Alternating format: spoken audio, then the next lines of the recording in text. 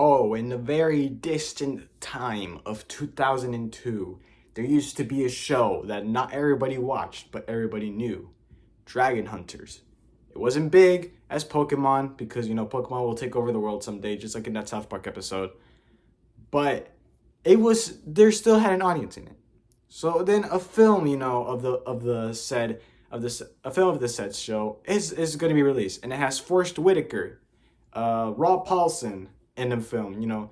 Two big names. Forrest Whitaker just won an Oscar for The Last King of Scotland, and Rob Paulson is known for voicing many iconic characters, mostly Carl Weezer and Jimmy Neutron, Yakko, Pinky, and news reporter in Animaniacs, and Pinky and the Brain as well.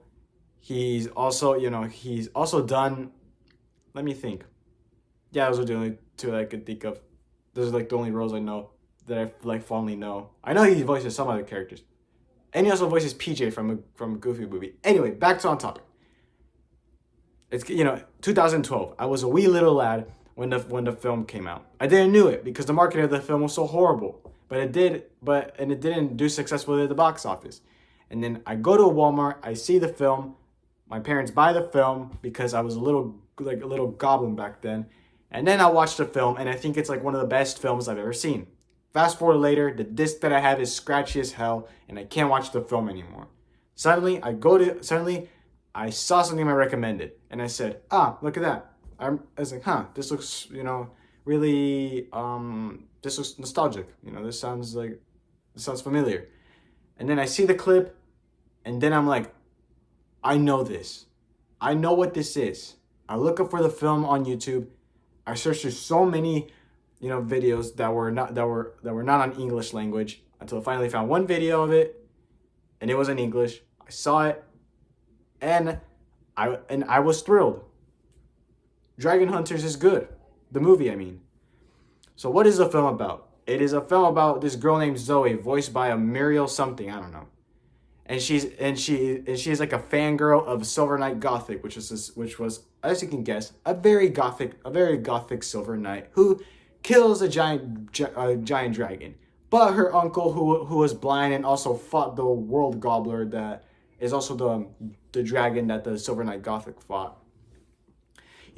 Tries to attack the beast once, but now he's blind because after the attack, and then his knights getting killed by the World Gobbler, and then we suddenly cut to three people: Leon Chu, Guizdo, and their pet Hector, who is like a pig, like pisses fire. I don't know, but anyways, Zoe wanders off in a storm, and then these two electric lizards attack her, and then Leon Chu kills them, and then Zoe thinks that they're knights, and they say, hey, yo, my uncle has a bunch of cash, you should, and he's looking for some men too.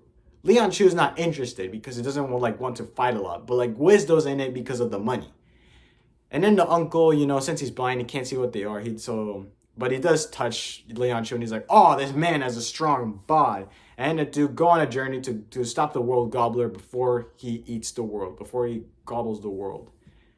Pretty simple premise, but is the movie good?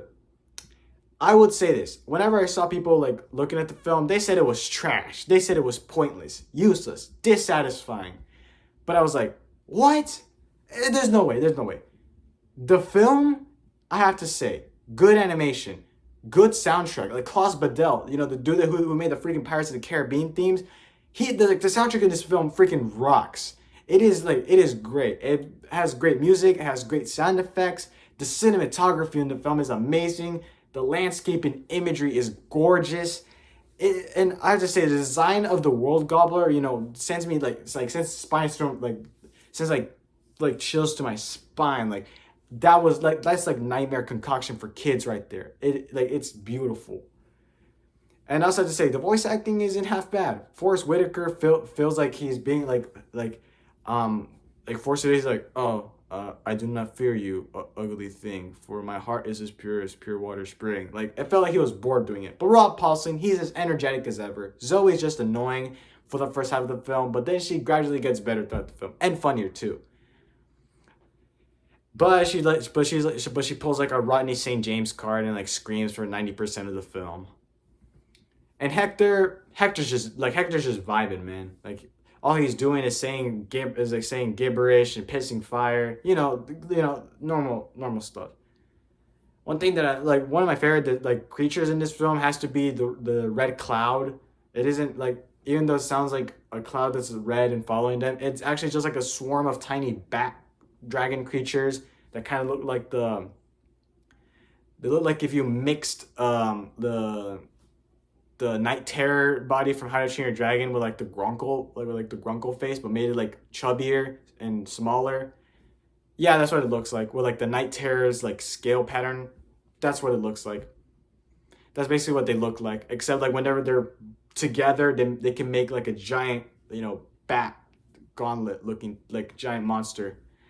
And one of the things that I like about it is that like there are certain groups of it. Like one group is the head, one group is the left, and like one group is the left arm, other is like right arm. One part is the chest. And I really like that the second time we see them, they get into so many different places that it becomes like a funny part where like the body, the arms, and the like right leg try to find the head and the left leg.